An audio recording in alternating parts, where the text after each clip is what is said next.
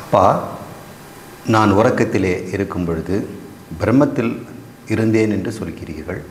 அப்படி இருந்தால் எனக்கு பிரம்மத்தில் இருந்த நினைவே இல்லையே என்று மகன் கேட்கிறான். மகனே, நீ பிரம்மத்தில் செல்லும் வரை நீ ஸ்வேதகேது. ஆனால் பிரம்மத்தில் விழுந்தபோது நீ ஸ்வேதகேது இல்லை, பிரம்மம். அந்த நேரத்திலே உன்னுடைய சிதாபாசனிலே ஒரே ஒரு விருத்தி தான் இருந்தது. நான் ஏதும் அறியேன், ஆனால் சுகமாக இருக்கிறேன் என்கின்ற விருத்தி மட்டும்தான் இருந்தது.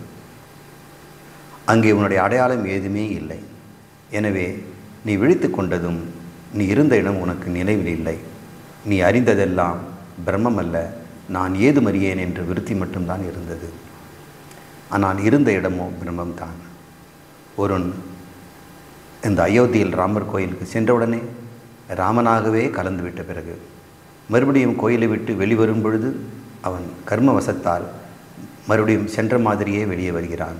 ஆனால் உள்ளே நடந்தது என்று அவனுக்கு தெரியவே இல்லை. அதற்கு ஒரு திருஷ்டாந்தத்தை நான் தருகிறேன். மது கற்பனா அல்லது மது திருஷ்டாந்தம் என்று தேனை வைத்து ஒரு உதாரணம், அதுக்கடுத்தது நதியை வைத்து ஒரு உதாரணம், நதி திருஷ்டாந்தம். அந்த இரண்டையும் இப்பொழுது நாம் பார்ப்போம். நல்ல ஒரு உதாரணம்.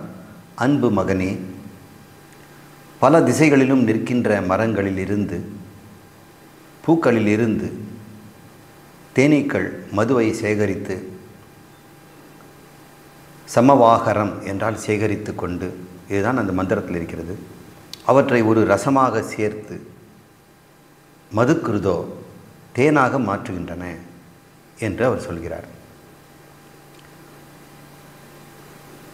உண்மையிலே இது ஒரு விசித்திரமான ஒரு காரியம்தான். ஒரு காட்டிலே அது நாம் தேனீயை கூட நம்ம வீட்டில் வளர்க்கலாம். தேனீ வளர்ப்பதற்கென்று தீனைக்கோடு எல்லாம் இருக்குது. அது அக்கம் பக்கத்தில் இருக்க செடி கொடிகளுக்கெல்லாம் தான் சென்று எல்லா பூக்களிலும் அது உட்காரும். ஒவ்வொரு பூவிலும் அந்த பூவினுடைய இதழ்களுக்கெல்லாம் சேருகின்ற இடத்துல ஒரு குழி இருக்கும். அந்த இடத்துல ஒரு வேர்வை சுரப்பி மாதிரி ஒரு சுரப்பி இருக்கும். அது நெக்டர் கிளாண்ட் என்று சொல்லுவோம். நெக்டர் என்று சொல்லக்கூடிய ரசத்தை சுரக்கின்ற ஒரு வேர்வை சுரப்பி போல அந்த தேன் சுரப்பி அங்கே இருக்கும். அதிலிருந்து தேன் சுரங்கி முத்து முத்தாக திவளைகளாக ஈரமாக சேர்ந்திருக்கும். இந்த வண்டுகளும் பட்டாம்பூச்சிகளும் அதை சுவைத்து சாப்பிடும். இங்கே தேனீ செல்கிறது. தேனியை உள்ளே சென்று அங்கிருந்து தேனை உறிஞ்சி கொண்டு சேகரித்து கொண்டு மகரந்த தூளையும் அதிலே கலந்து கொண்டு கால் உடம்புலெல்லாம் சேர்த்துக்கிட்டு தேன் கூட்டுக்கு வந்து தான் பெற்ற எச்சிலை அங்கே சேர்த்து விடும். தேனை அப்படியே உமிழ்ந்துடும். இப்படி ஒரு 100 பூக்களில் இருந்து இந்த ரசத்தை கொண்டு வந்து சேர்க்கும் பொழுது எல்லாம் ஒன்றாக சேர்ந்து அது தேனாக மாறும். ரசத்தில் நிறைய தண்ணீர் இருக்கும். ஆனால் அந்த தேனீக்கள் அந்த தேன் கூடுக்கு முன்னாடி பறந்து தன் ரக்கையை வீசி அரிக்கும் பொழுது காற்றுகளை உலர்ந்து அது கெட்டியாக தேனாக மாறும். ஒரு சொட்டு தேன் அங்கிருந்து எடுத்து கொஞ்சம் தண்ணீரில் கலந்து மைக்ரோஸ்கோப்பில் வச்சு நம்ம உற்று பார்த்தால் 100 வகையான மகரந்த தூள்கள் அது இருக்கிறத பார்க்கலாம். இதை வைத்துக்கொண்டு இந்த தேன் அடையில் இருக்கக்கூடிய பூக்கள் எதுன்னு கண்டுபிடிக்கலாம். மகரந்தத்தை அடையாள வச்சுட்டு பூவை கண்டுபிடிச்சிடலாம். ஒவ்வொரு பூவுக்கும் மகரந்த தூளுடைய வடிவம் வேறுபடும். இதுபோல் ஆராய்ச்சியெல்லாம் பண்ணியிருக்கிறார்கள். நம்முடைய மாணவர்களும் அதில் செய்திருக்கிறார்கள். செய்து பார்க்கும் பொழுது இந்த தேன் எந்த ஊர்லேருந்து வந்தது, இந்த தேன் எந்த ஊர்லேருந்து வந்ததுன்னு தேனை வைத்து சொல்லலாம். ஏன்னா அந்த ஊரில் தான் அந்த பூக்கள் இருக்கின்றன. இதெல்லாம் நம்மளால் கண்டுபிடிக்கலாம்.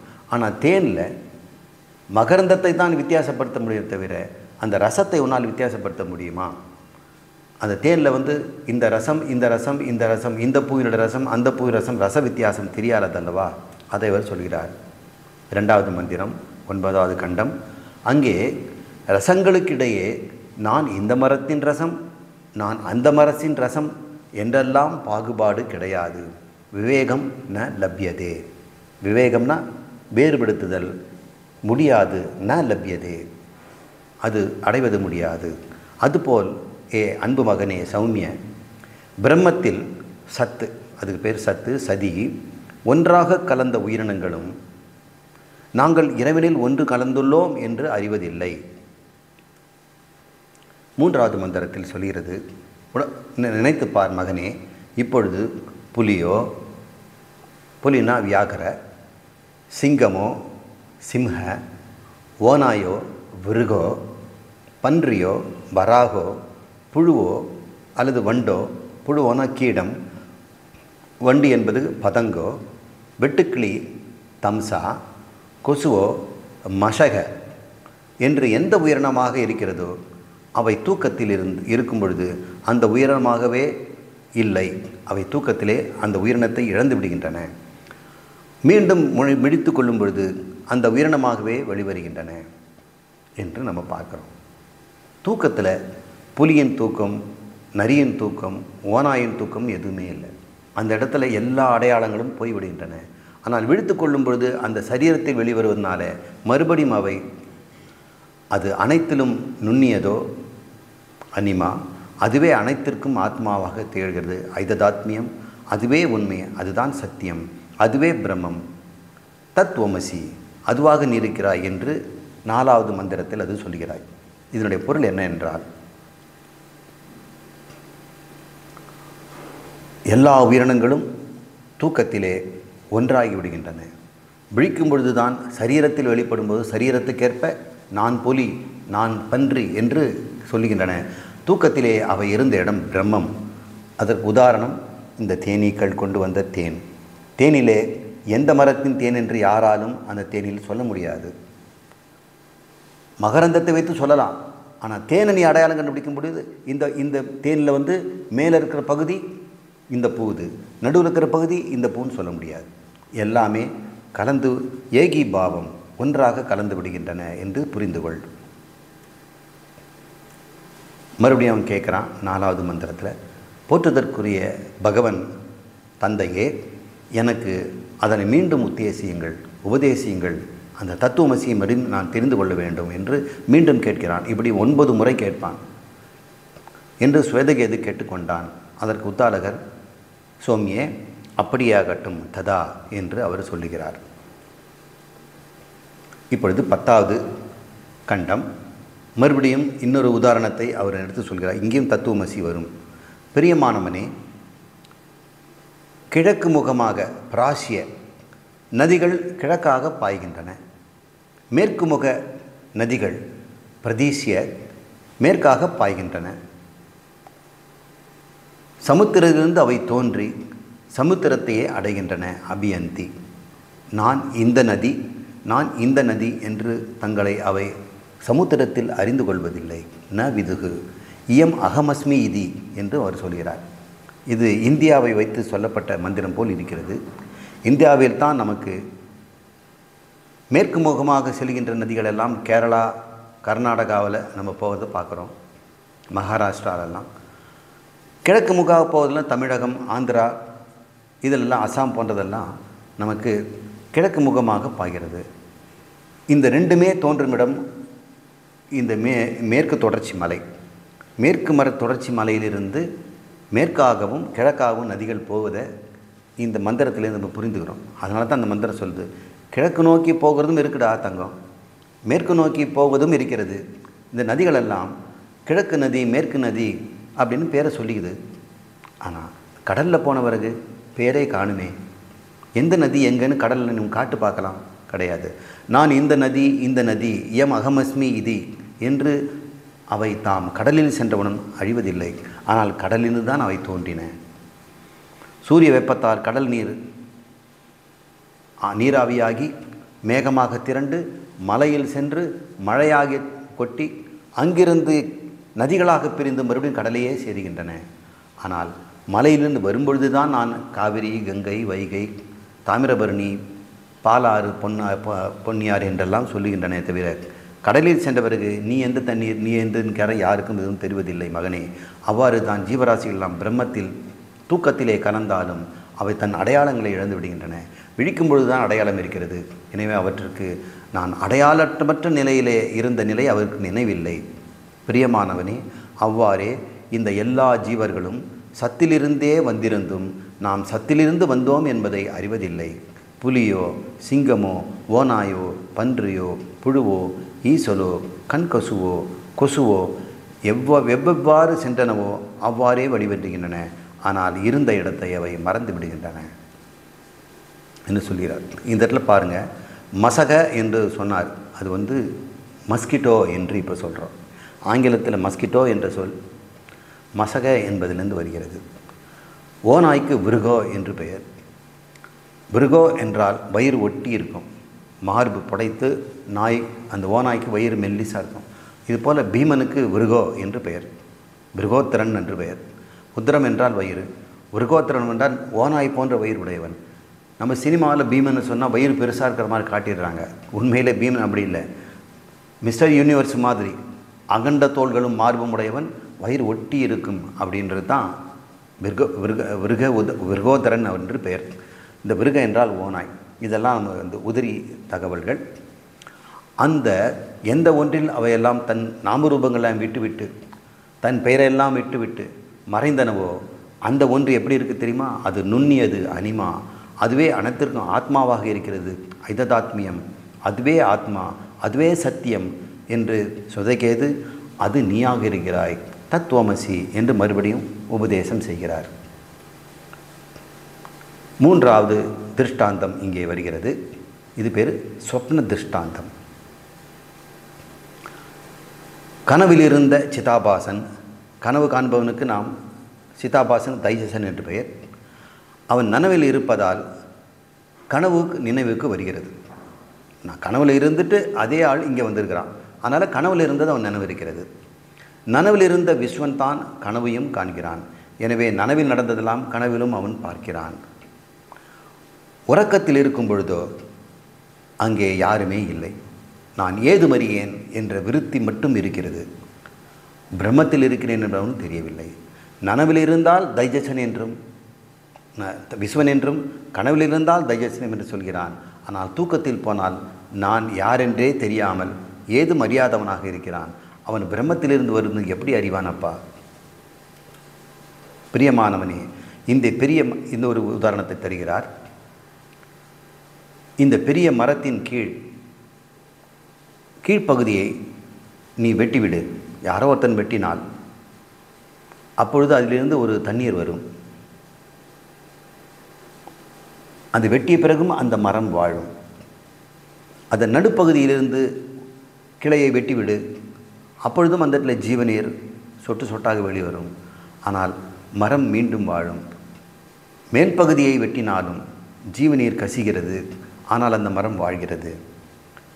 அதன் ஜீவன் மரம் முழுவதும் வியாபித்திருப்பதால் அது பூமியிலிருந்து நீரை அறிந்து கொண்டு பேபியமானோ மகிழ்ச்சியாக நிற்கிறது.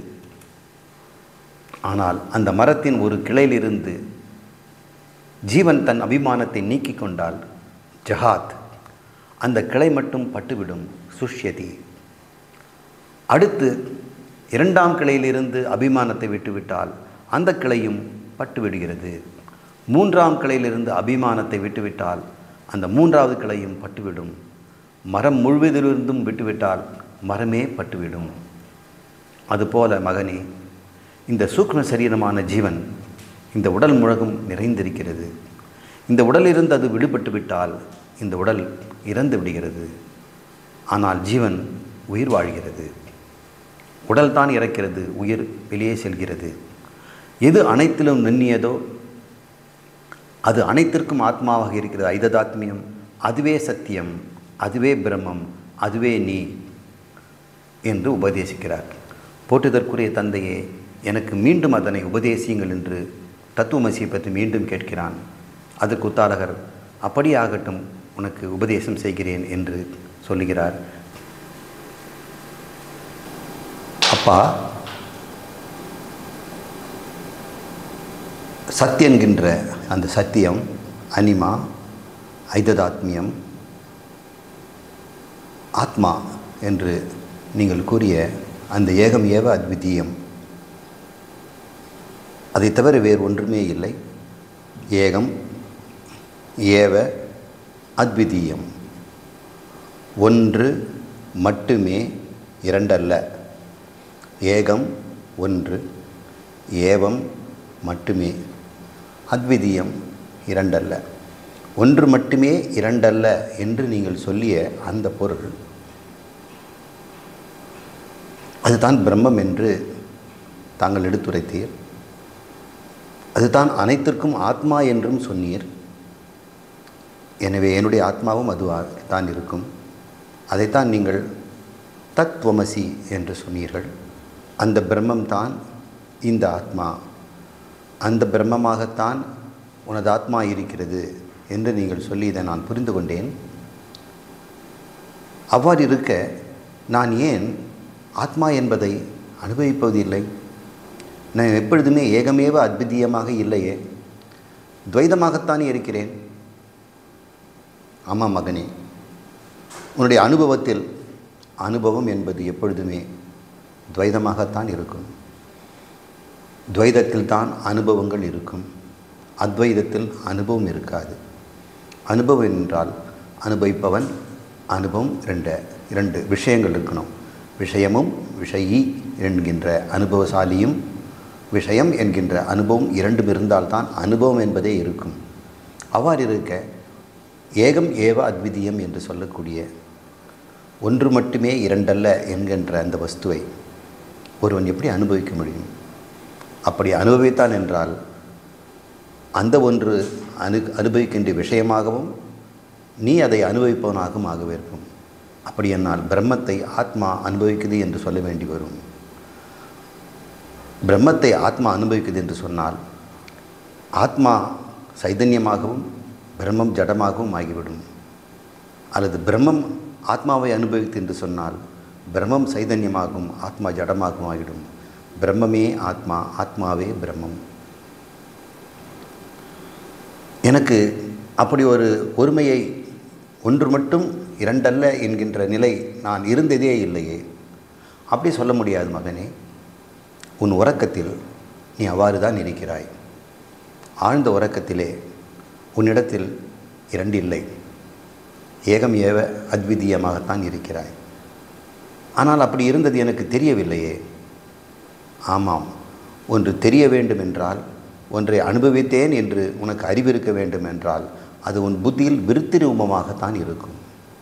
நீ எதை அனுபவித்தாலும் அந்த அனுபவம் உன்னிடத்தில் விருத்தியாகத்தான் ஏற்படும். பலாசுலை எடுத்து நீ உண்டால் அந்த பலாசுலைன்ற காட்சி, அதோட மிருதுத்தன்மை, உன் நாவிலே அது தந்த இனிமை, இவை அனைத்தும் உன்னுடைய புத்தியிலே விருத்திகளாக தோன்றும். அப்படி தோன்றினால், விருத்திகளாக ஏற்பட்டால் மட்டுமே அந்த அனுபவம் உன்னிடம் ஏற்பட்டது என்று அர்த்தம். ஆழ்ந்த உறக்கத்திலோ இந்த புத்தி என்ற தத்துவம் லயமடைந்து விடுகிறது. அதில் எந்த விருத்தியும் ஏற்படுவதில்லை. ஆனால் ஒரு விருத்தி மட்டும் எப்பொழுதுமே இருந்து கொண்டிருக்கிறது. நான் ஏதுமறியேன், ஏதுமறியேன், ஏதுமறியேன். இன்னொரு விருத்தி ஆனந்தமாக இருக்கிறேன் என்கின்ற விருத்தி. அந்த இரண்டு இருப்பதால் தான் நீ விழித்து கொண்ட பிறகு எனக்கு எதுவும் தெரியாது, ஆனால் ஆனந்தமாக இருந்தேன் என்று நீ சொல்லுகிறாய். இந்த விருத்திகள் ரெண்டு மட்டும் இருப்பதனால் இந்த ரெண்டு மட்டும் தெரிகிறது. நீ பிரம்மமாக இருந்தேன் என்பதற்கான விருத்தி உன்னிடம் அப்போது ஏற்படவில்லையே. நீ பிரம்மத்தில் இருக்கும் பொழுது பிரம்மமாக இருந்தேன் என்கின்ற விருத்தி இருந்திருந்தால் நீ நினைவுக்கு வந்த பிறகு நான் பிரம்மமாக இருந்தேன் என்று சொல்ல முடியும். ஆனால் விருத்திகளே அற்ற, நாமரூபங்களே அற்ற, புத்தி லயமடைந்த நிலையிலே, உனக்கு விருத்திகள் ஏற்படாத நிலையிலே நீ பிரம்மத்தில் இருந்ததை உன்னால் அறிய முடியாது. ஏனென்றால் உன் அறியும் சக்தியும் உணரும் சக்தியும் புத்தியினுடையது. பிரம்மம் அறிவதும் இல்லை, உணர்வதும் இல்லை. அது இரண்டற்ற ஒன்றாக சைதன்ய சொரூபமாக ஸ்வப்பிரகாசமாக இருந்து கொண்டே இருக்கிறது. அதை நீ அறிந்து கொள்ளத்தான் முடியுமே தவிர உணர்ந்து கொள்வதற்கு முயலாதே என்றவர் சொல்கிறார். அப்படியானால் நான் இரண்டற்ற ஒன்றாக என்னால் வாழ முடியாது. மகனே, வாழ்க்கை என்று வந்துவிட்டாலே துவைதம்தான். இருத்தல் மட்டுமே உடைய அந்த பிரம்மத்திலே வாழ்தல் என்ற சொல்லுக்கு இடமில்லை. அப்போ வாழ்வது எது தந்தையே என்று சொல்கிறான். வாழ்வது ஜீவன். எனக்கு ஜீவனை பற்றி தெரிந்து கொள்ள வேண்டும். அந்த ஜீவாத்மா என்பது என்ன எனக்கு சொல்லுங்கள் என்று கேட்கிறான். அதற்கு அவர் தொடர்ந்து பதில் சொல்கிறார். இவ்வாறு தான் நான் இதற்கு உதாரணங்களாக தேன் பற்றி சொன்னோம், நதிகளை பற்றி சொன்னோம், கனவை பற்றியும் நனவை பற்றியும் சொன்னோம். நனவில் வாழ்ந்த நினைவுகள் விருத்தியாக இருக்கின்றன. கனவில் கண்ட உணர்வுகள், சம்பவங்கள் விருத்திகளாக இருக்கின்றன. எனவே ஒருவன் கனவையும் நனவையும் அறிகிறான். ஆனால் உறக்கத்திலே விருத்திகளே இல்லாததால் அவன் தன்னையும் உணர்வதில்லை, பிரம்மமாக இருந்ததையும் அறிவதில்லை. ஆனால் ஒன்று மட்டும் அவரிடம் இருக்கிறது. அவரிடம் இருந்த ஒரே விருத்தி அபாவ பிரத்ய விருத்தி. எதுவும் அறியப்படவில்லை, அபாவ பிரத்யம். நீங்கள் ஒன்றை பார்த்தோம்னா இது இல்லை, இது இல்லை, இது இல்லைன்னு சொல்லிட்டு வரீங்க. எனக்கு ஒரு கடையில் போகும்போது ஷாம்பு இல்லை, சோப்பு இல்லை, சீப்பு இல்லை அப்படின்னு இல்லைன்றதை நீங்கள் அறியுறீங்க. அப்போ உங்கள்கிட்ட ஒரு விருத்தி ஏற்படுது. சீப்பு பற்றிய விருத்தி ஏற்படுதா? இல்லை, சீப்பு இல்லைங்கிற விருத்தி ஏற்படுகிறது. ஷாம்பு பற்றிய விருத்தி இருக்கிறா? ஷாம்பு என்கிற பொருள் இல்லைங்கிற விருத்தி ஏற்படுகிறது. உறக்கத்திலே எதுவுமே இல்லைங்கிற விருத்தி ஏற்படுகிறது. அப்போது அந்த விருத்தி தவிர உனக்கு வேறு எதுவும் உனக்கு நனவில் வந்த பிறகும் கனவில் ஏற்படும் போது தெரியாது என்று உறக்கம், நனவு, கனவு என்பதை வைத்து விருத்திரூபமானது தான் வாழ்க்கை, விருத்திகள் அற்றது தான் பிரம்மம். ஆனால் விருத்திகளின் மூலமாக நீ பிரம்மத்தை உணரவோ அறியவோ முயலாதே. ஆனால் அதை பற்றிய உன்னை பற்றிய தவறான கருத்துக்களாகி இருக்கின்ற விருத்துகளை நீக்குவது மட்டும்தான் உன்னால் செய்ய முடிய ஒன்று என்று அவர் சொல்கிறார். அடுத்துதான் இங்கே 11வது கண்டத்தில், 16 கண்டங்கள் இந்த அத்தியாயத்தில் நாம் 11வதில் இருக்கிறோம். இங்கே ஒரு திருஷ்டாந்தத்தை தருகிறார். நீ ஜீவனை பற்றி கேட்டாய், இந்த விருத்திகளை பற்றி கேட்டாய். இந்த விருத்திகள் இருக்கும் இடம் உன்னுடைய புத்தி அல்லது அந்த கரணம். அந்த கரணத்தில் கலந்திருக்கின்ற அந்த ஆத்மாவைத்தான் ஜீவாத்மா என்று சொல்லுகிறோம். அந்த கரணம் என்பது ஒரு கண்ணாடி போலவும், அதில் இந்த ஆத்மா பிரதிபலிக்கும் போது ஏற்படுகின்ற பிம்பத்தை சிதாபாசன் என்று சொல்கிறோம். சித்தாக இருப்பது ஆத்மா, அதனுடைய பிம்பமாக இருப்பது சிதாபாசன்.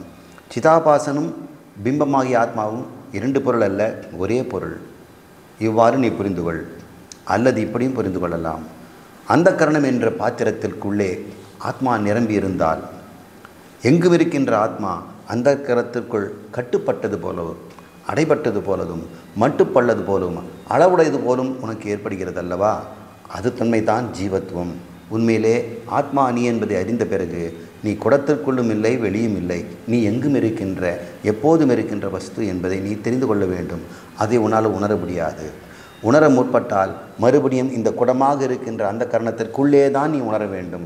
அப்படி உணரும்போது மறுபடியும் நீ தனிப்பட்டவனாகவும், பிரிக்கப்பட்டவனாகவும், ஒடுக்கப்பட்டவனாகவும், குறுக்கப்பட்டவனாகவும் தான் உன்னால் விருத்தி மூலம் அறிய முடியும். ஆனால் விருத்தி ரூபமாக நீ எங்கும் இருக்கின்ற ஆகாசம் போன்ற ஆத்மா என்பதை விருத்தியில் கொண்டு வருவது என்பது இயலாது. மகனே, நீ கேட்ட அந்த ஜீவாத்மா புத்தியுடன் கலந்திருக்கின்ற ஆத்மா, புத்திகத ஆத்மா, புத்தியாக இப்பொழுது செயல்பட்டு கொண்டிருக்கின்ற ஆத்மா, புத்தியாக வேஷம் போட்டு கொண்டிருக்கின்ற ஆத்மா இரண்டல்ல, புத்தி ஆத்மா இரண்டல்ல, புத்தியாக வேஷமிட்டு கொண்டிருக்கின்ற அந்த ஆத்மா ஜீவன் என்று பெயர். இந்த புத்தி அதனுடைய கரணங்களாகிய மனம் முதலியவற்றுடன், சித்தம் முதலியவற்றுடன், மேலும் அதனுடைய புலன்களோடும் பிராணனோடும் சேர்ந்து ஜீவன் என்கின்ற ஒரு வடிவத்தை எடுக்கிறது. அதில் கலந்திருக்கின்ற ஆத்மா, அவ்வாறு இருக்கின்ற ஆத்மா ஜீவாத்மா என்று சொல்லப்படுகிறது. இந்த ஜீவாத்மாவானது தான் இந்த ஸ்தூல சரீரத்தின் முழுக்க நிரம்பி இருக்கிறது. உன்னுடைய நகக்கண்கள் ஒவ்வொரு இடத்திலும் அந்த ஜீவாத்மா நிரம்பி இருக்கிறது. ஜீவனும் இருக்கிறது, ஆத்மாவாகிய ஜீவனும் இருக்கிறது. ஜீவாத்மா என்று புரிந்துகொள். இந்த உடம்பிலிருந்து எங்கெல்லாம் அந்த ஜீவாத்மா விலகி கொண்டதோ அந்த இடம் உணர்வற்று போகும். மருத்துவர்கள் ஒருவனை படுக்க வைத்து கையிலே ஒரு மறுத்து போகின்ற ஊசியை குத்திவிட்டால் அவனுடைய கை அவனுக்கு தெரிவதில்லை. கண்ணால் அவனை பார்த்தாலும் அவனுக்கு ஸ்பரிசம் அவனுக்கு இருப்பதில்லை. அந்த கையை வெட்டினாலும் அதை துன்புறுத்தினாலும் அவனுக்கு தெரிவதில்லை. ஏனெனில் கண்களால் பார்க்கின்ற அந்த ஸ்தூல சரீரத்துக்குள்ளே உணர்வாக இருக்கக்கூடிய அந்த ஜீவாத்மா விலகி கொண்டது. எதுவரை மருந்து சிரிக்கிறதோ அதுவரை இந்த ஜீவாத்மா அங்கிருந்து விலகி இருக்கும். மருந்தினுடைய தன்மை நீங்கியவுடனே மறுபடியும் ஜீவாத்மா கை முழுதும் பரவி அவனுக்கு உணர்வுகள் வந்துவிடும். இந்த ஜீவாத்மா உடம்பு முழுக்க நிரம்பியிருக்கிறது. யார் ஒருவருக்கு ஜீவாத்மா கால்களில் இல்லையோ அவனுக்கு கால்களில் பேரலிசிஸ் என்று சொல்கிறோம். அவன் கால்களை விளங்க முடியாமல் இருக்கிறான், அவனை அசைக்க முடியாமல் இருக்கிறான். எங்கெல்லாம் அந்த ஜீவாத்மா இருக்கிறதோ அந்த உணர்வுகள் மட்டும் இருக்கிறது. அவனுக்கு தொட்டால் தெரிகிறது, ஆனால் அதை செயல்படுத்த முடியாமல் இருக்கிறான். இதை புரிந்து கொள்வதற்கு விஞ்ஞானத்திலே நரம்புகளையும் அதில் செய்கின்ற உணர்வுகளையும் பற்றி பேசுவார்கள். ஆனால் நாம் இந்த வேதாந்த விஷயமாக புரிந்து கொள்ளும் பொழுது, ஜீவாத்மா என்ற கருத்தையும் உள்ளே செலுத்தி பார்க்கும் பொழுது இந்த உண்மை வெகுவாக புலப்படும். எப்பொழுது இந்த ஜீவாத்மா இந்த உடம்பிலிருந்து ஒரு பகுதியிலிருந்து விலகி கொண்டதோ அந்த விலகப்பட்ட பகுதி பட்டு போகும், அருந்து போகும், காய்ந்து போகும், துவண்டு போகும். பிறகு அந்த உறுப்புகளை வெட்டி நீக்க வேண்டியிருக்கிறது. நம்ம அதெல்லாம் கேள்விப்பட்டிருக்கோம். உணர்வு இல்லாத போச்சு, அதனால் அந்த விரலை வெட்டி எடுத்துடணும் சார். இந்த ஜீவாத்மா அங்கே செல்வதில்லை. கட்டை விரலை வெட்ட வேண்டியிருக்குது. சுகர் கம்ப்ளைண்ட் இருக்கவங்களுக்கு அந்த இடத்துல ஜீவாத்மா அந்த கட்டை விரல்கிட்ட செல்வதை நிறுத்தி கொண்டதுன்னா அந்த கட்டை விரலில் உணர்வுகள் இல்லாமல் போகும். புண் இருந்தால் ஆறாது, அதை வெட்டி நீக்க வேண்டி வரும். தொழுநோய் இருப்பவர்களுக்கும் அதே மாதிரி தான் நடக்கிறது. இந்த நோய்களை ஜீவாத்மாவை கொண்டு விளக்க முடியும் என்று நீங்கள் புரிந்து கொள்ளலாம். அதற்கு முத்தாலகர் தன்னுடைய மகனுக்கு சொல்கிறார், ஒரு பெரிய மரத்தை பார், அதில் ஒரு இலையை நீ கிள்ளி எடுத்து விட்டாய், அதனால் அந்த மரம் செத்து போவதில்லை. ஏனென்றால் மற்ற இடங்களெல்லாம் ஜீவாத்மா நிரம்பி இருக்கிறது. அந்த நிலையில் இருந்த ஜீவாத்மா இப்பொழுது மரத்திற்குள் சென்று விட்டது. இனி இலை இப்போது ஜீவாத்மா இல்லாத ஒன்று, அது கீழே விட்டால் பட்டு போகும். எத்தனை காலம் அது கிளையில் இருக்கிறதோ அதுவரை உயிர் பெறும். இலையிலிருந்து விடுபட்டவுடன் ஜீவாத்மா இல்லாததனால் அது பட்டு போய் காய்ந்து போகிறது. ஒரு கிளையை வெட்டினால் மரம் இருக்கிறது, ஆனால் கிளை பட்டு போகிறது. ஆலமரத்துக்கு கிளையும் அரச மரத்துக்கும் பார்த்தா ஏராளமான குச்சிகள் கிடக்கிறது பார்க்குறோம். அதை சமித்துகள் என்று சொல்வார்கள். அதை கொண்டு போய் யக்ஞசாலையிலே நெய் ஊற்றி எரிப்பதற்கு பயன்படுத்துவார்கள். அவற்றில் ஜீவன்கள் இல்லை. ஜீவர்கள் இல்லாததைத்தான் நாம் எரிக்க வேண்டியிருக்கிறது. அந்த ஜீவர்கள் விடுபட்டு அந்த மரத்திலேயே இருக்கிறது. ஒரு மரத்திலே வேறு ஒரு செடியின் கிளையை வெட்டி கொண்டு வந்தால் அந்த கிளையிலே அந்த மரத்தினுடைய ஜீவாத்மா விடுபட்டு இருக்கும். அதை கொண்டு இந்த கிளையிலே கிராஃப்ட் என்று சொல்வார்கள். ஒட்டும் பொழுது இந்த மரத்தினுடைய ஜீவாத்மா அதற்குள் பாய்ந்து இதன் தன்மைகள் அதில் வெளிப்படுவதை நாம் பார்க்கலாம். இதையெல்லாம் நம்ம விஞ்ஞானபூர்வமாகவும் செய்து கொண்டிருக்கிறார்கள். அதை சொல்கிறார், உடம்பு வேறு, அதில் வாழ்கின்ற ஜீவாத்மா வேறு என்று நாம் புரிந்து கொள்வதற்காக இந்த திருஷ்டாந்தங்களை சொல்கிறார். எப்பொழுது இந்த மரத்திலிருந்து ஒவ்வொரு கிளையாக வெட்டினாலும் மரம் உயிரிடம் இருக்கிறது. ஆனால் எப்பொழுது வேரோடு பிடுங்கப்படுகிறதோ அப்பொழுது அதனுடைய ஜீவம் அது விட்டு வெளிப்படுகிறது. மனிதனும் அப்படித்தான். அவன் மரண காலத்திலே இந்த ஸ்தூல சரீரத்திலே இருக்கின்ற அந்த சூக்ஷ்ம சரீரமானது ஒவ்வொரு உடம்பில் ஒவ்வொரு பகுதியாக உள்ளே இழுத்து கொண்டுப்படும். மார்பில் கொண்டு திரண்டு கொண்டு அங்கிருந்து புறப்பட்ட ஊர்துவ நாடி அது ஹிரண்ய கர்ப்பன் என்று கொண்ட ஈஸ்வரனோடு எப்பொழுதுமே இணைக்கப்பட்டிருக்கிறது. அதன் வழியாக ஜீவன் ஹிரண்ய கர்ப்பனில் சென்று அங்கிருந்து அவன் செல்ல வேண்டிய வேறு சரீரமோ வேறு லோகங்களோ வேறு இடத்துக்கோ அவன் பயணிக்கிறான் என்பதை புரிந்து கொள் என்பதை இந்த மாதிரி இந்த மந்திரத்தில் அவர் சொல்லியிருக்கிறார். இவ்வளோ விஷயம் இல்லை, மந்திரத்தில் சொல்லப்பட்டது இங்கே இருக்கிறது. பிரியமானவனே, இந்த பெரிய மரத்தின் கீழ்ப்பகுதியை எவனோ ஒருவன், கீழ்ப்பகுதியான கீழ்கிளையை வெட்டினால் அபியாகன்யம் என்றால் துண்டுபடுத்துதல். ஜீவா அங்கிருந்து நீர் கசிவதை பார்க்கலாம். ஆனால் வெட்டுப்பட்ட அந்த கிளை பட்டு போகும், ஆனால் மரம் சாவதில்லை. அங்கே ஜீவ நீர் வருவதை நீ பார்க்கலாம். ஆனால் மரம் வாழ்கிறது. அதன் நடுப்பகுதியை வெட்டினாலும் அதன் மேல் பகுதியை வெட்டினாலும் அல்லது வேறு எந்த பகுதியை வெட்டினாலும் அந்த மரம் வாழ்கிறது. காரணம், அந்த மரத்திலே ஜீவன் இருந்து கொண்டிருக்கிறது. அந்த ஜீவன் மரம் முழுதும் வியாபித்திருக்கிறது. துண்டுபடும் பொழுது துண்டுபட்ட பகுதியிலே ஜீவன் இல்லாமல் இருப்பதால் அது பட்டு போகிறது என்று தெரிந்து கொள்.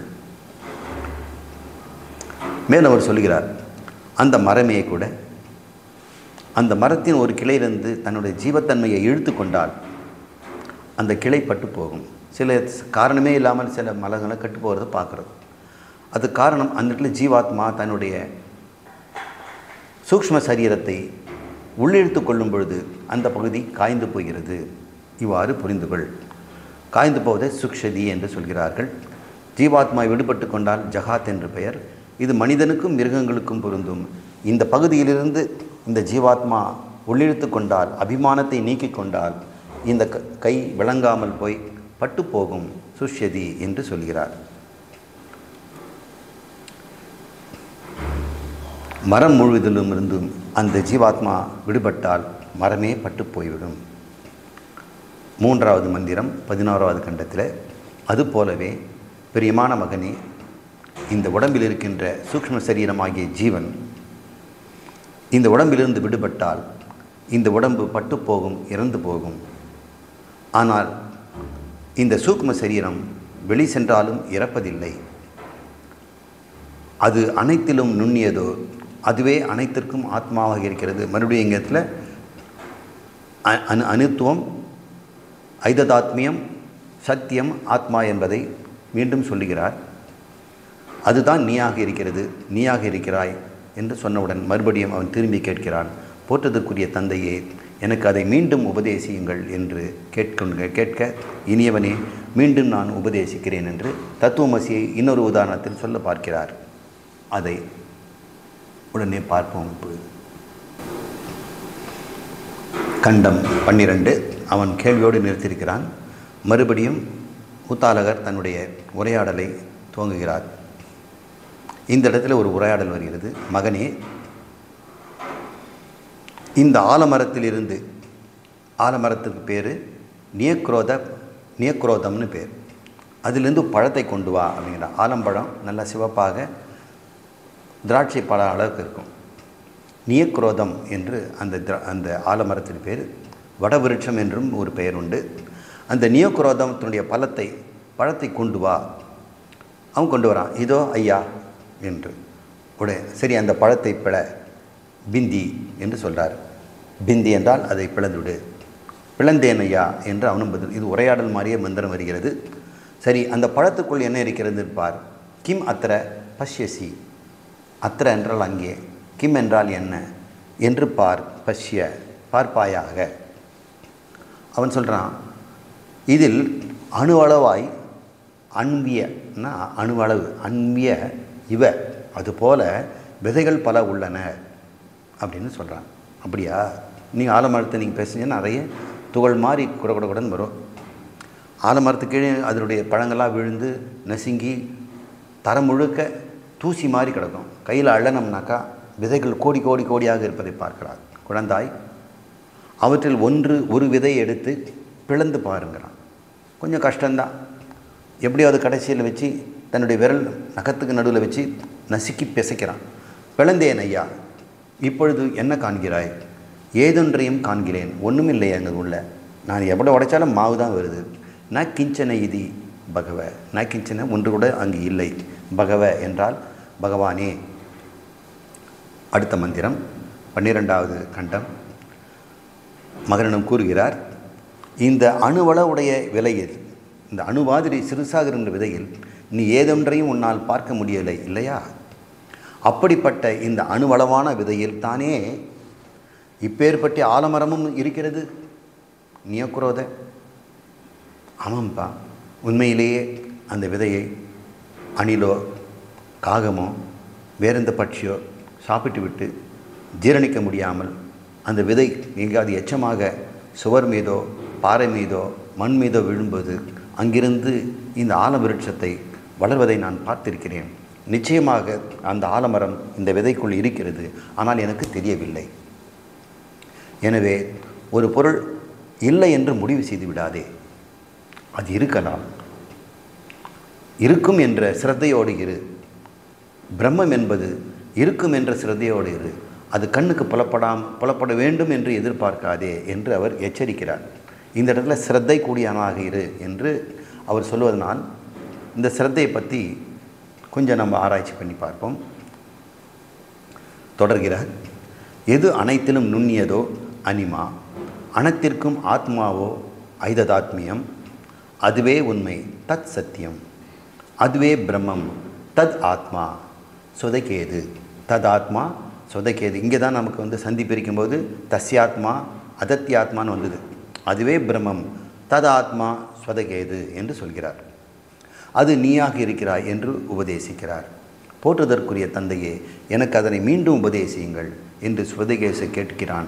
அதற்கு உத்தாலகர், இனியவனே அப்படியே ஆகட்டும் என்று எத்தனை முறை தத்துவமசி வருது பாருங்கள், 9 முறை வருகிறது.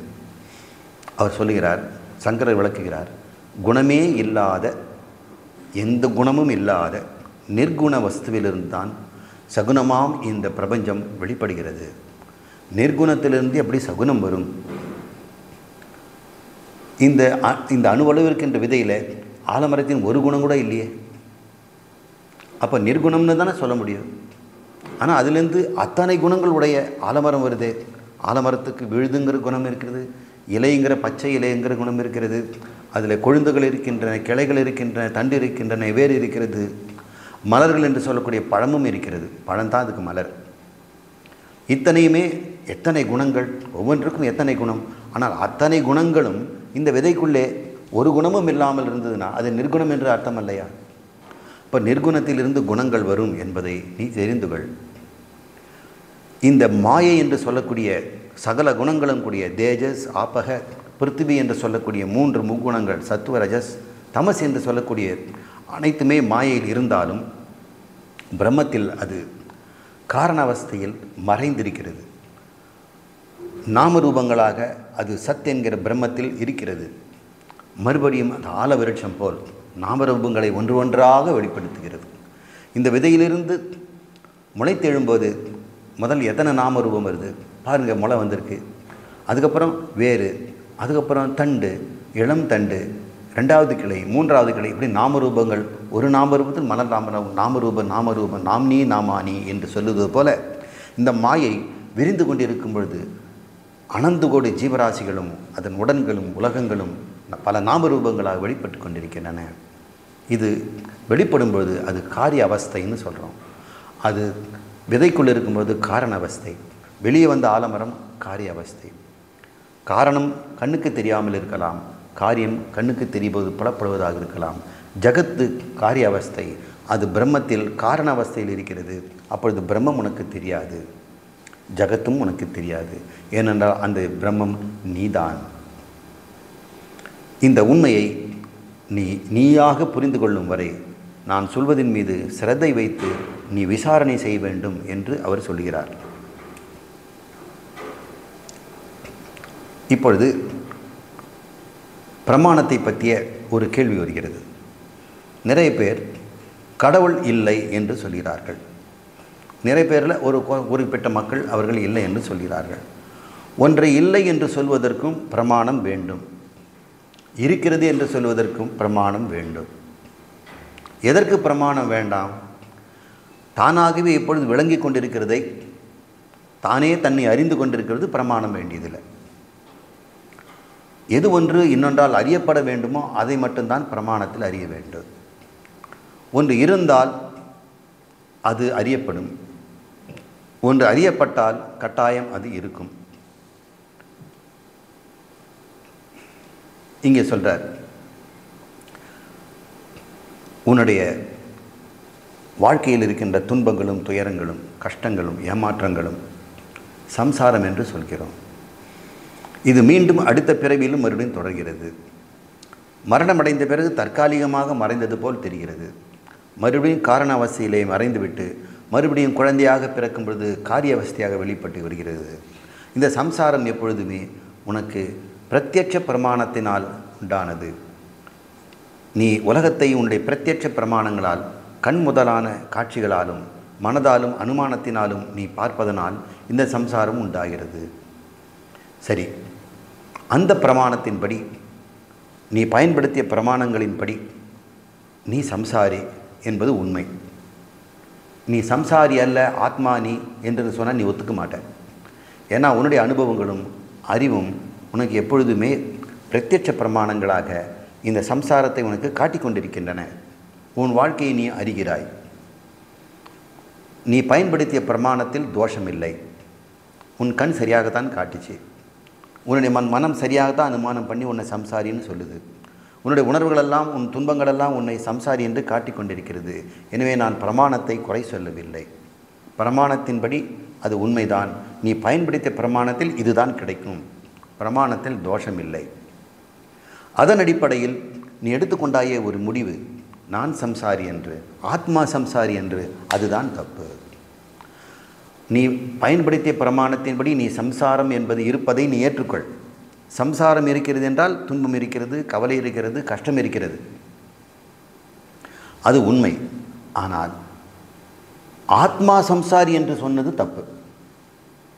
நீ சொல்வது புரியல. ஆத்மா என்பது நான் சம்சாரி என்று, பிரம்மத்தை ஆத்மாவை நீ சம்சாரி என்று சொன்னது தான் தப்பு. ஆனால் சம்சாரம் இல்லை என்று நான் சொல்லவில்லை. சம்சாரம் இருக்கிறது, ஆனால் ஆத்மாவுக்கு இல்லை. அப்போ வேற யாருக்கு இருக்கிறது? அது யாருக்கு இருக்குதா? அவனுக்கு இருக்குது. அவன் யார்? தன்னை ஆத்மா என்று அறியாதவனுக்கு இருக்கிறது.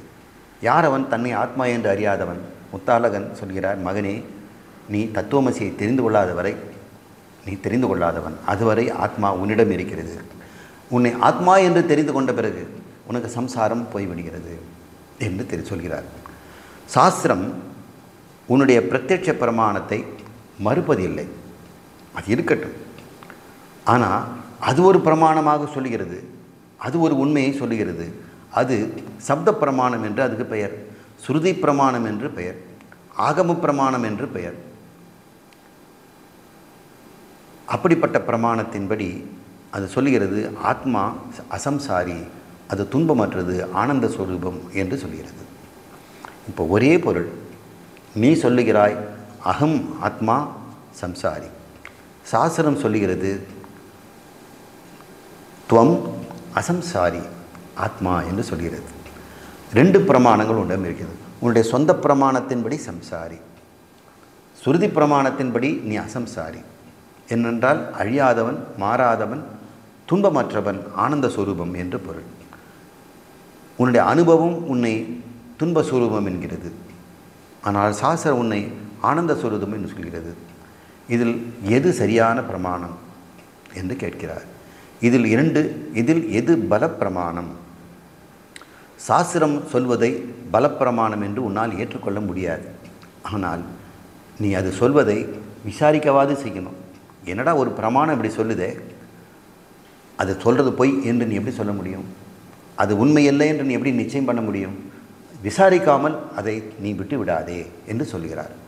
உன் அனுபவம் உன்னை சம்சாரி என்று சொல்கிறது, நீ விசாரிக்காமலே ஏற்றுக்கிட்டேன். ஆனால் இன்னொரு பிரமாணம் சொல்லுது நீ ஆனந்த ஸ்வரூபம் அசம்சாரி என்று சொல்கிறது. அதை நீ விசாரிக்காமல் விட்டுடலாமா? விட வேண்டாம். அது சொல்வது உண்மையா என்று அதை விசாரிக்கும் வரை அதன் மீது நாட்டம் செலுத்துகிறாயே, அது பேர் ஸ்ரத்தை. அதெல்லாம் செய்ய மாட்டேன் அப்படின்னு சொன்னால் அது அசிரத்தா. சாஸ்திர பிரமாணம் உனக்கு விளங்கியதும் ஸ்ரத்தையோடு அதை விசாரித்த பிறகு, அதன் உண்மை என்பதை நீ உணர்ந்த பிறகு உன்னுடைய பழைய சொந்த அறிவு நீங்கி விடுமா என்று அவர் கேட்கிறார். அப்பா, உண்மையிலே நான் ஆத்மா பிரம்மம் என்று தெரிந்த பிறகு அது பற்றிய அறியாமை எனக்கு நீங்கி விடுகிறது, உண்மைதான். ஆனால் நான் சம்சாரி என்ற ஒரு அறிவு இருந்து கொண்டிருக்கிறதே, அதுவும் வைத்து கொண்டிருக்கிறேனே, இது புது அறிவு தானே. இந்த புது அறிவின்படி நான் அசம்சாரி, என்னுடைய பழைய அறிவின்படி நான் சம்சாரி. நான் இதில் ரெண்டில் நான் எது சிக்குவேன்? சரிப்பா, எது சரி எது பிழை என்று சொல். நான் விசாரித்து பார்த்ததில் நான் அசம்சாரி என்பது சரி, நான் சம்சாரி என்பது பிழை. ஆனால் பிழையிலிருந்து நீ அந்த பிழையை திருத்தப்படும் வரை அந்த சம்சாரித்துவம் உன்னிடம் இருக்கும். சில பிழைகளை உடனே திருத்திடலாம். தவறாக ஒரு பிளாஸ்டிக் பழத்தை உண்மையான பழம் என்று நீ சாப்பிட்டுடுவேன். வாயில் வைக்கும்பொழுது உண்மை தெரிஞ்ச உடனே அடடா இது தப்பு செய்துட்டமேனு கீழே போட்டுறேன். அதுக்கப்புறம் அந்த தப்பை நீ செய்ய மாட்டேன். சில தவறுகள் உடனுக்குடன் திருத்தப்படுகின்றன, உனக்கே அது அனுபவம் ஆகிறது. நிறைய பழக்கத்தை நான் உடனடியே திருத்தி கொண்டேன். சில பேர் சொல்லுவாங்க பட்டானா அப்படின்னு சொல்லுவாங்க. ஒரு முறை சொன்னேன், பட் என்பதும் ஆனால் என்பதும் ஒன்று தானப்பா, எதுக்கு பட்டானான்னு சொல்கிறேன் அப்படின்னு சொன்னேன். அடுத்த வினாடியிலிருந்து அவர்கள் அந்த பழக்கத்தை விட்டுவிட்டாங்க. ஆனால் என்று சொல்வார்கள், ஆனால் பட் என்று சொல்வார்கள், ரெண்டையும் சேர்த்து சொல்வதில்லை. சில பழக்கங்களை நாம் உடனுக்குடன் திருத்திக் கொள்கிறோம், சில தவறுகளை திருத்திக் கொள்கிறோம். ஆனால் சில தவறுகளை, நீண்டகால பழக்கத்தை நாம் உடனே திருத்த முடிவதில்லை. அனித்தியமான இந்த உடம்பை நித்தியம் என்று நம்பி வாழ்ந்து கொண்டிருந்த பழைய பழக்கம் சீக்கிரமாக திருத்தப்படுவதில்லை. எனவே சாஸ்திரம் அப்படிப்பட்டவர்களுக்கு உடனடியாக பலன் தருவதில்லை. ஆனால் சாதகன் முயன்று தன் அதிகாரித்துவத்தை, சமதமாதி ஷட்கம், சாதன சதுஷ்டயத்தை வளர்த்து கொண்டே வந்தால் இந்த விவேகமும் வைராகியமும் அப்பொழுது வளர வளர அப்பொழுது அவன் உண்மை நான் நித்தியம் என்பதை உணர்வான், நான் அசம்சாரி என்பதை அவனே உணர்வான். அதுவரை ஒருவன் சாஸ்திரத்தில் சிரதை வைக்க வேண்டும்.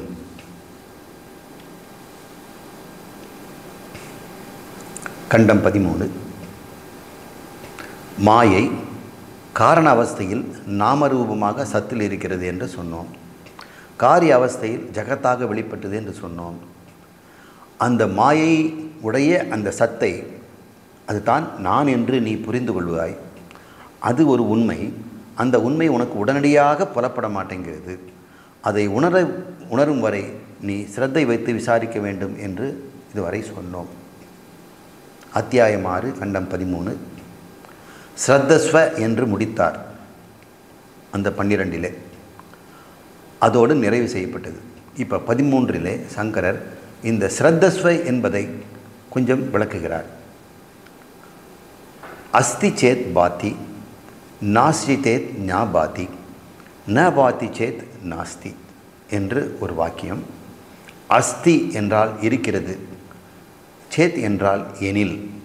அஸ்தி சேத் இருக்கிறது என்றால் எனில், பாதி இருந்தால் அது தெரியும்.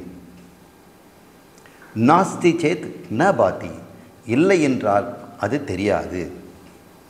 ந பாதி சேத் உனக்கு தெரியவில்லை என்றால் அது இருக்காது. என்ன சார் பெருசாக ஒன்று புதுசாக சொன்ன மாதிரி இருக்குது, ஆனால் எனக்கு தெரிஞ்சதான் சொல்கிறீங்க. ஒன்று இருந்தால் என்னால் பார்க்கப்படும், என்னால் பார்க்க முடியல அந்த பொருள் இல்லை. ஒரு பொருள் இல்லாவிட்டால் அது உன்னால் பார்க்க முடியாது. இதெல்லாம் கரெக்டாக புலன் அறிவின் அடிப்படையில், இது மாதிரி அறிவியலின் அடிப்படையில் நீ கடவுளை என்ன சொல்லுவேன்? அஸ்தின்னு சொல்வியா, நாஸ்தின்னு சொல்வியா?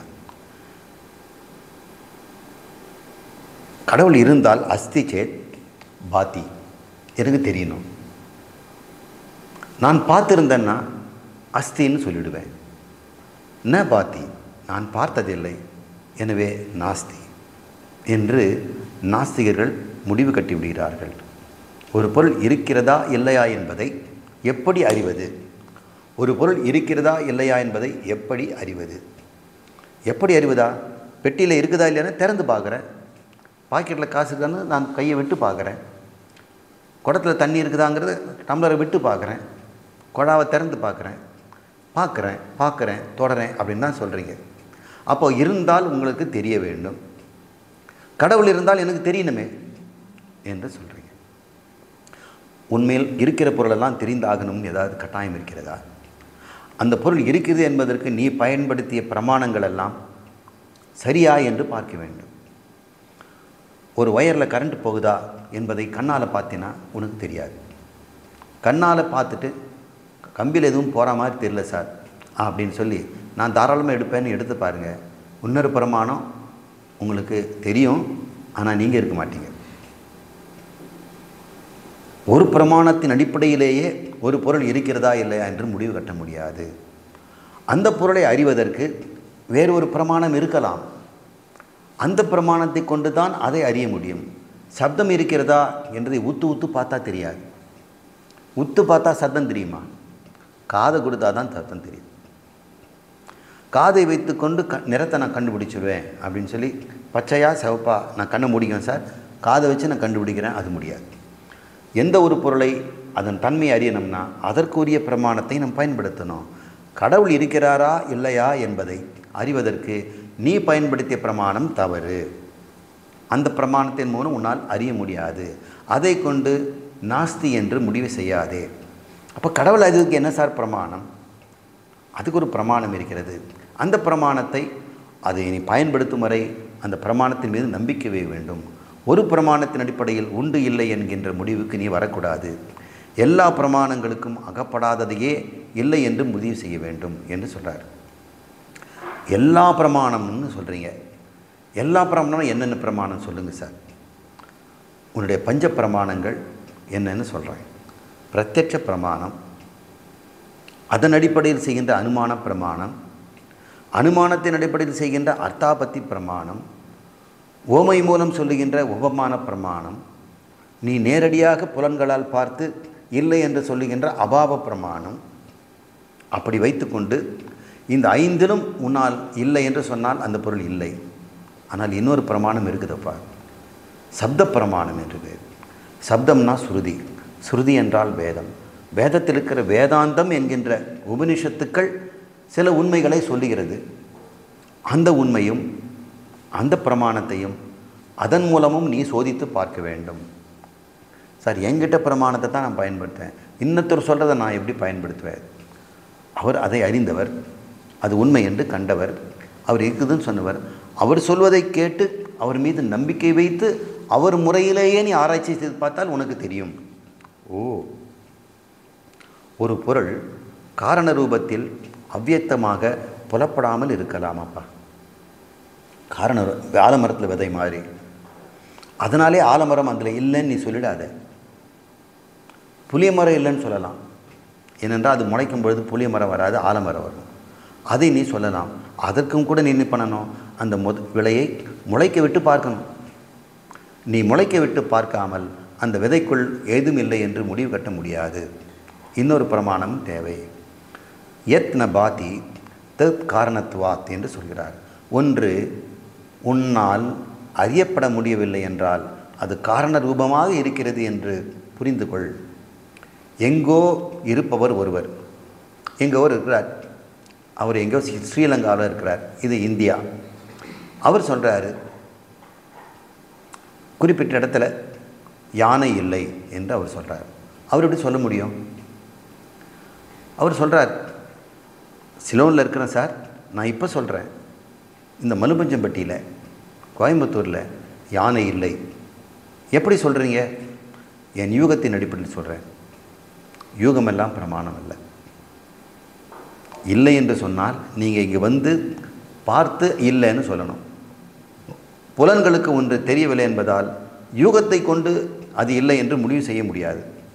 யூகம் என்பது பிரமாணம் அல்ல. யூகத்தை கொண்டு பிரமாணம் என்று சொன்னால் நிறைய பேர் தன் உணர்வுகளை வந்து பிரமாணம் நினச்சிக்குவாங்க. நான் உணர்ந்தேன், எனவே அது இருக்கிறது என்று சொல்வார்கள். மற்றவர்களுக்கு உணரலைன்னா அவங்க இல்லைன்னு சொல்லுவாங்க. உணர்வுகளையோ உன்னுடைய யுக்தியையோ உன்னுடைய அனுபவத்தையோ பிரமாணமாக வைத்து ஒரு பொருள் இல்லை என்று சொல்ல முடியாது. அந்த பொருளுக்கு இருப்புக்கு வேறு ஒரு பிரமாணம் இருக்கலாம். அந்த பிரமாணத்தையும் நீ கையாள வேண்டும் என்று தெரிந்து கொள். இதற்கு ஒரு நல்ல உதாரணத்தை உத்தாலகர் தன் மகனுக்கு சொல்லுகிறார். அது என்ன என்று சுருக்கமாக பார்த்துவிட்டு விளக்கமாக மறுபடியும் பார்ப்போம். உத்தாலகர் சொல்கிறார், மகனே, கை நிறைய உப்பை கொண்டு வா அப்படின்னா உப்பு கட்டி கொண்டு வரான். கை நிறைய கொண்டு வரான். ஒரு பாத்திரத்தில் தண்ணி கொண்டு வா. ஒரு பெரிய கண்ணாடி பாத்திரம் கூஜா கொண்டு வா. சரி, அந்த உப்பை அந்த தண்ணீரில் போடு. போட்டேனப்பா. சரி, போட்டுட்டு இல்லை, அது கொண்டு போய் வச்சிரு, நாளை காலையில் கொண்டு வா என்கிறார். அவ்வாறே செய்தான். அப்புறம் தந்தை கூறினார், குழந்தாய், நேற்றிரவு தண்ணீரில் உப்பு போட்டதில்ல, அதை கொண்டு வா என்று சொன்னார். அவன் கொண்டு வருகிறான். சுதகேது கூப்பிட்டு, நீ போட்ட உப்பை எனக்கு காட்டுங்கிறார். அவன் தண்ணியில் பார்க்குறான், எங்கேயுமே உப்பு இல்லை. இது தெரிஞ்ச விஷயந்தான் எல்லாருக்கும். அது எப்படி இருக்கும்? அது கரைஞ்சி போச்சுன்னு உங்களுக்கு தெரியும். அதான் கொண்டு வரார். கொண்டு வா அவாதா என்கிறார். உப்பை கொண்டு வா. ஆஹர, அந்த தண்ணியில் போட்டதை அது கொண்டு வாங்கிறார். அவன் தண்ணிக்குள்ளே விரலெல்லாம் விட்டு கையெல்லாம் விட்டு அதை தேடி பார்க்குறான். ஸ்பூனெல்லாம் போட்டு எடுத்து பார்க்குறான். போட்ட உப்பு எங்கும் இல்லை. அவை தேடினான். அவாம்ருஷ்ய, அவன் தேடி பார்த்ததும் அந்த உப்பு அவனுக்கு கண்களுக்கு புலப்படவில்லை. கவனிங்க, கண்களுக்கு புலப்படவில்லை. ந விவேதக, கண்களால் அவன் அதை பிரித்தெறிய முடியவில்லை. ஏனில் அது முற்றிலும் தண்ணீரில் கரைந்து விட்டிருந்தது. அடுத்த மந்திரம் 13வது கண்டம்.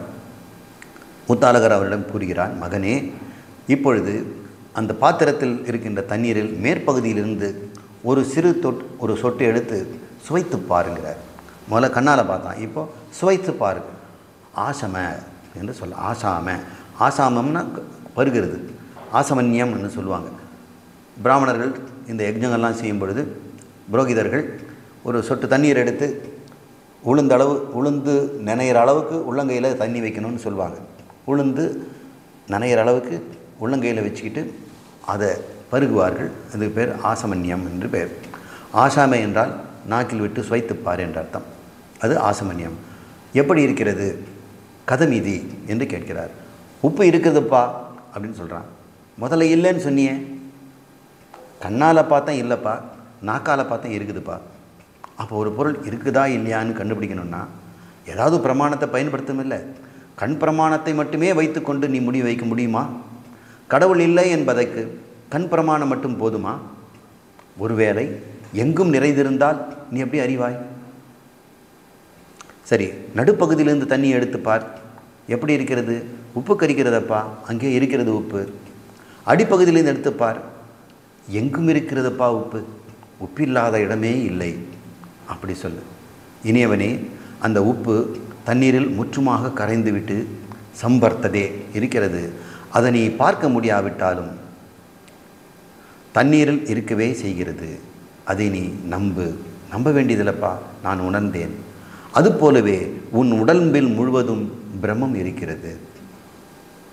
அதை பார்ப்பேன், தொடுவேன், சுவைப்பேன் என்று நினைக்காதே. அது இருப்பதை நீ ஏற்றுக்கொள். எது அனைத்திலும் நுண்ணியதோ அனிமா, அதுவே அனைத்துக்கும் ஆத்மாவாக இருக்கிறது. ஐததாத்மியம். எது நுட்பமோ அது எங்கும் இருக்குமோ அது எல்லா இடத்திலும் பரவிடும். எது நுண்மையானதோ சூக்ஷ்மமானதோ அது எல்லா இடத்திலும் இருக்கும் என்று தெரிந்து கொள். ஸ்தூலமாக இருக்கிறது ஏதாவது ஒரு இடத்துல இருக்கும். கொட்டைப்பாக்குன்னா அங்கே இருக்கும். வாயுன்னா எங்கும் இருக்கும். அது கூட ஒரு இடத்துல இல்லாமல் இருக்கலாம். ஆனால் ஆகாயம் எல்லா இடத்திலும் இருக்கும். ஏன்னா ஆகாயம் சூக்ஷ்மமானது. அதனும் காட்டியும் சூக்ஷ்மமானது ஆத்மா என்று சொன்னால் நீ பார், அது இல்லாத இடம் எங்கே? அப்படி போல இந்த உப்பு நீரில் எல்லா இடமும் இருப்பது போல அதுவும் எல்லா இடமும் இருக்கிறது. நீ எங்கு பார்த்தாலும் அது இருக்கிறது. அதை நீ எங்கும் பார்த்தால் இருக்கும் என்பதை நம்ப வேண்டுமே தவிர அதை தனியாக எடுத்து பார்க்க முடியாது. அந்த பொருளாக நீயே இருக்கிறாய். தத்துவமசி என்று சொல்கிறார். போற்றுதற்குரிய தந்தையே, எனக்கு மீண்டும் அதை உபதேசியுங்கள் என்று அவன் கேட்கிறான். மகனே, இந்த சத்தை புலப்படுத்தி உன்னால் உணர முடியாது. புலங்களுக்கு அதனால் உணர முடியாது. அது இங்கேயே எப்பொழுதுமே எல்லாமுமாக இருக்கிறது. ஒருவேளை இந்த பொருள்தான் இதில் பிரம்மம் இருக்கிறது என்று சொல்லிவிட்டால் இந்த பொருளில் மட்டும்தான் இருக்கிறதுன்னு நினச்சிடுவேன். இந்த பொருளில் மேல் பகுதியில் இருக்குமான்னு கேட்பேன். இது முழுக்க இருக்குதுன்னு சொன்னால் இது முழுக்க இருக்கிறது, ஆனால் இதுக்கு வெளியே இல்லை என்று நினைத்து விடுவாய். எந்த ஒரு பொருள் எல்லா இடத்திலும் இருக்கிறதோ அதை ஏதாவது ஒரு பொருளில் நான் காட்ட முடியாதப்பா. ஆனால் எல்லாமும் இருப்பதை, எல்லாம் இருக்கின்றதை நீ சிரத்தையுடன் ஏற்றுக்கொள்ள வேண்டும். எல்லாமாக இருப்பதை எல்லாவற்றிலும் ஒன்றாக மட்டும் எப்படி அறிய முடியும்? புலனுக்கு எட்டாததால் சத் என்கின்ற அந்த பிரம்மம் இல்லை என்று எப்படி முடிவு கட்ட முடியும்? பிரமாணம் என்று முடிவு கட்டுவது யூகமே. யூகம் பிரமாணமாகாது. இல்லை என்பது சொல்வதற்கும் பிரமாணம் வேண்டும் என்று சொல்கிறார். சரி, இப்போ சொல்லு, பிரம்மம் சத் உண்டா? நாஸ்திகன் சொல்கிறான், இல்லை. நீ சொல்கிற மாதிரி ஒன்று இல்லை, கடவுள் இல்லை. எதன் அடிப்படையில் சொல்கிறாய்? என் ஐம்புலன் அடிப்படையில் சொல்லுகிறேன். சில பேர் சொல்லுவாங்க, எங்கே உன் முருகனுக்கான வர சொல், என் கண் முன்னாடி நிற்க சொல் அப்படின்னு அவர் கேட்பார். இவர் கேட்பாராம், அதுக்கு முருகர் வந்து நிற்கணுமா? யாராலும் முருகரை கொண்டு வந்து நிறுத்த முடியாது. ஏன்னா முருகருக்கு உருவம் கிடையாது. கோயிலில் நீங்கள் சிலையாக வச்சுருக்கிறதுனால இந்த முட்டாளும் அப்படி கேட்குறான், முருகர்ன்ற கடவுள் இப்படி தான் இருப்பார் போலது. ஆனால் அதை வணங்குகிறவனுக்கு தெரியும், ஒரு செங்கல்ல கூட வச்சுட்டு முருகான்னு கும்பிடுவான். எத்தனையோ பேர் காது குத்து திருவிழா மொட்டை அடிக்கும் போதோ ஒரு குலதெய்வத்தை கும்பிடும் பொழுது எங்கேயாவது வனாந்தரத்தில் தெருமுனையிலேயோ கல்லை வச்சுட்டு அதுக்கு விபூதியும் பட்டையும் வச்சு குங்குமம்லாம் சாத்தி அதுக்கு சாமிக்கு கற்பூரம் கொடுத்து செய்கிறோம். ஏன் பூமி பூஜை போடும் பொழுதும் கட்டாந்தரையில் ஒரு இடத்துல பள்ளத்தை தோண்டி அங்கே மஞ்சளில் பிள்ளையார் பிடிச்சி விநாயகர் இவர் தான் வாஸ்து புருஷன் என்று சொல்லி அவரை வணங்குவது இல்லையா? யாராவது மஞ்சளை வணங்குறாங்களா அல்லது கல்லை வணங்குறாங்களா? இப்போ கல் தான் வணங்குற பொருள்னா கல்லே என்னை காப்பாற்றுலாம் சொல்லுவான். அந்த கல்லுன்னு சொல்கிறது இல்லையே. கல்லில் கிட்ட வந்து ஈஸ்வரா என்னை காப்பாற்றுன்னு சொல்கிறான். ஈஸ்வரனை தான் கூப்பிட்றதாலும் கல்லை கூப்பிடல. மரத்தை வணங்குவான், ஆனால் மரத்தில் இருக்கின்ற பகவானே என்னை காப்பாற்று தான் சொல்கிறான். அவன் பகவானை தான் வணங்குறான் தவிர மரத்தை வணங்கலப்பா. முட்டாள் மாதிரி பேசாதே. அவன் முருகனுடைய சிலையை வணங்குறான் என்றால் முருகன் எங்கேயும் இருக்கின்றவனை தான் வணங்குறான். அதற்கு அடையாளமாகத்தான் அந்த பொருளை வச்சிருக்கிறான். முருகன் அது போலவும் இல்லை, அங்கு மட்டும் இல்லை, அவர் எங்கும் இருக்கிறார். ஒரு வகை பிரமாணங்களால் அறியப்படாததை இன்னொரு வகை பிரமாணத்தினால் அறிந்து கொள்ளலாம் அல்லவா? அது எப்படி என்று உனக்கு நான் சொல்லுகிறேன் என்று தான் இந்த உதாரணத்தை சொன்னார். தண்ணீரில் கரைத்துவிட்ட உப்பு சக்ஷு பிரமாணத்தின் கண்ணின் பிரமாணத்தின்படி இல்லை, ஆனால் நாக்கின் பிரமாணத்தின்படி இருக்கிறது. பிரம்மம் உன் உடம்பு முழுவதும் இருக்கிறது. வேதாந்தமும் குருவும் சேர்ந்த பிரமாணமே சத்பிரம்மத்தை விளங்கச் செய்யும். வேதாந்தமும் குருவும், வேதாந்தம் மட்டும் பத்தாது, குரு மட்டும் பத்தாது, குருவும் வேதாந்தமும் சேர்ந்தால் அதுக்கு பேர் பிரமாணம்னு பேர். வேதாந்தம் மட்டும் பிரமாணம் அல்ல, குரு மட்டும் பிரமாணம் அல்ல, இரண்டும் சேர்ந்ததே பிரமாணம். அவர் வேதாந்தத்தின் அடிப்படையில் எந்த குரு சொல்லுகிறாரோ அவர் சொல்லத்தான் உனக்கு பிரம்மத்தை விளங்கும். அதை புலனால் விளங்கிக் கொள்ள முடியாது. சிலர் சத் பிரம்மத்தை ஒளியாக கண்டேன்னு சொல்வார்கள். நான் அந்த பிரம்மத்தை, அந்த கடவுளை ஒளி ரூபமாக தரிசித்தேன் என்று சொல்லலாம். அவர்களது பக்தியை உற்சாகப்படுத்துவதற்காக வேண்டி அந்த உணர்வுகள் அவருக்கு பயன்படலாம். ஆனால் அது பிரமாணம் அல்ல. அகக்காட்சிகள் பிரமாணமாகாது. தன் அகத்திலே சிலர் அப்படி பார்க்கலாம், ஆனால் அது பிரமாணமாக ஆகாது.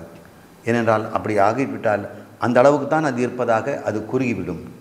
சிலர் ஓங்கார ஒலி கேட்டதாக சொல்வார்கள். இந்த பிரம்மம் பிரணவத்தை நான் காதில் கேட்டேன் என்று சொல்வாராம். அப்படி சொல்வதும் கூட நாம் ஏற்றுக்கொள்ளக்கூடாது. அது கேட்கும் ஒலியாக இல்லை. அது தத்துவ ரீதியாக புரிந்து கொள்ளுகின்ற ஓங்கார தத்துவத்தை புரிந்து கொள்ள வேண்டும். பிரம்மத்தை அறிவதற்கு சப்த பிரமாணம் என்கின்ற குருவும் வேதாந்தமும் சேர்ந்த ஒன்றே சரியானது. பிரம்மம் உன் உடம்பு முழுவதும் இருக்கிறது, உலகம் முழுவதும் இருக்கிறது. இது ஒரு கதையின் மூலமும் இப்போது சுட்டி காட்டப்படுகிறது. அதை நாம் அடுத்த வகுப்பில் பார்ப்போம்.